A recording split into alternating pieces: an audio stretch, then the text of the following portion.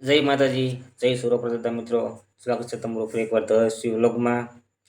તો મિત્રો, આજકાલ જે સૂર્યપ્રધામ ભોળાદના ભુવાજી શ્રી દાંબા બાપુનો વિરોધ જે ચાલી રહ્યો છે તેના વિશે વાત કરીએ તો મિત્રો, અહીં બાપુ કોઈ ચમત્કાર કે મંત્રતંત્રનો દાવો નથી કરતા અને તમારો સૂર્યપુર દાદા પ્રત્યે શ્રદ્ધા અને વિશ્વાસ કામ કરે છે એવું કહેવામાં આવે છે. અને આજે લાખો માણસોને વ્યસન મુક્ત કર્યા છે, તે પણ કોઈનું કંઈ લીધા વગર, અને પોતે પણ 700 રૂપિયામાં નોકરી જાય છે. અને આજે બાપુ જે જાહેર સભામાં પ્રવચન આપ્યું અને જે આપણા સૈનિકો અને જે અંધશ્રદ્ધા ફેલાવતા લોકો વિશે વાત કરીએ, એ સાંભળો અને કમેન્ટમાં જરૂરથી જણાવજો મિત્રો. તો અહીં તમે મંદિરમાં દાખલ થતાં જ તમને આવી રીતે મોટા મોટા બોર્ડ મારેલા છે મિત્રો, તેમાં પણ તમે જોઈ શકો છો ચમત્કાર નહીં, તમારો શ્રદ્ધા કામ કરે. તો મિત્રો, હવે બાપુએ મંગળવારની સભામાં જે પ્રવચન આપ્યું તે ધ્યાનથી સાંભળો.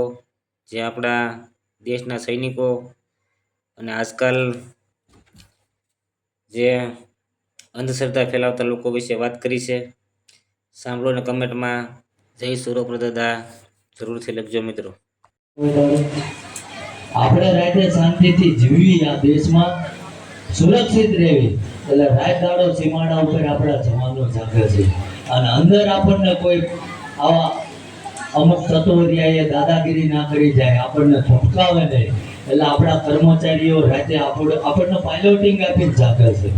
જાગે છે ન જાગતા? તો આપણે કોઈ આપણા જવાનો વિશે વિચાર્યું? આપણી ફરજમાં આવે છે,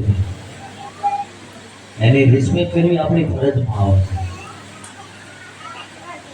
જો આપણે આ પવિત્ર ભારત ભૂમિ ઉપર, આ ભૂમિ એની છે. છત્રપતિ શિવાજી મહારાણા પ્રતાપ, સરદાર વલ્લભભાઈ પટેલ, ભગતસિંહ જેવા આ ધરતી ઉપર પોતાનું બલિદાન આપી ગયા છે. અને એ બલિદાન આપીને જ્યાં ત્યારે આપણે બધા અત્યારે શાંતિનો રોટલો ખાવી. આયુ કોઈ તમારામાં જનૂન આયુ કરું?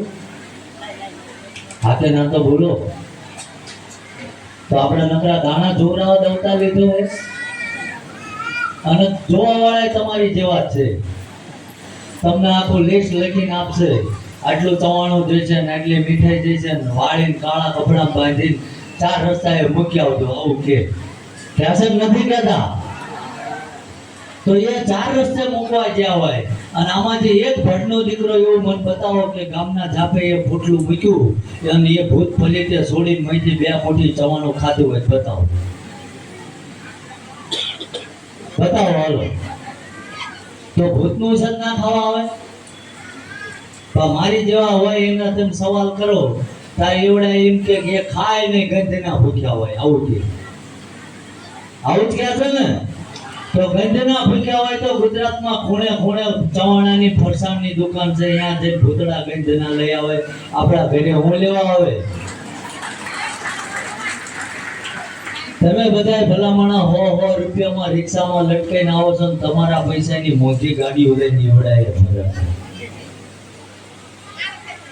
કર્મ કરવું જરૂરી. કોઈ ભગવાને એવું નથી કીધું કે મારા ભુવા ભગતને નોકરી ધંધે ના જવું.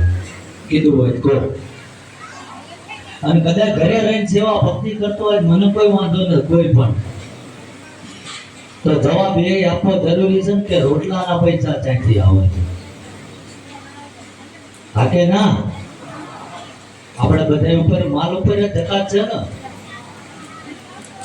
અને તોય આપણે ગુરુવાર ને શનિવાર ને રવિવાર ને ઢીલ્યું ટીંગળાઈ નીકળી જઈએ.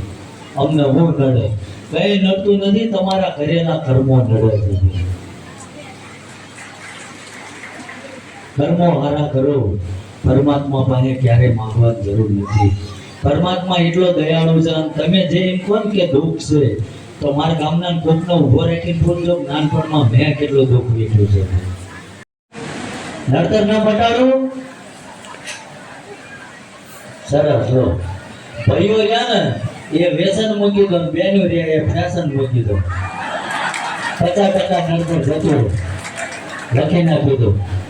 અને બાકી બધું ઠાકર કરી નાખો. કશું ઘટતું નથી જિંદગીમાં. ભગવાને આપણને ભલામણ આવો મોંઘો અવતાર રાખ્યો હોય, અને જો બે હાથ વચ્ચે એક પેટ ના ભરાય ને તો પેલું કહે છે ને કાગડા કૂતરા જેવી જિંદગી કહેવાય.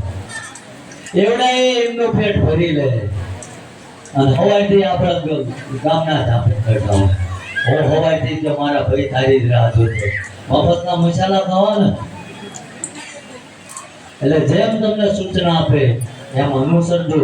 અને હજુ ફરીથી એકવાર તમને વચન આપું છું કે જો કદાચ જે કંઈ થશે એ સેવા કરું છું, અને જે કંઈ મારી જોડેમાં પૂન થાય આ મારા ઠાકરની ધજા હેઠે એવો સંકલ્પ કરું છું કે ગમે એવું જે ભગવાનને મન આપવું હોય મને ભરોસો છે મારી હારે છે ને એટલે જીવી લે. પણ મારી જોડીમાં જે તપ ભેગું થાય એ તમારી જોડીમાં ઠેલવી દે, બીજું કંઈ જોતું નથી. તો મિત્રો અહીં સુરપુરા બોલાદમાં આવા કાર્યો અને આવી સેવાઓ થાય છે. તો મિત્રો અહીં ચમત્કારની નહીં સહકારની જરૂર છે. તો ફરી મળીએ. જય દાદા, જય માતાજી.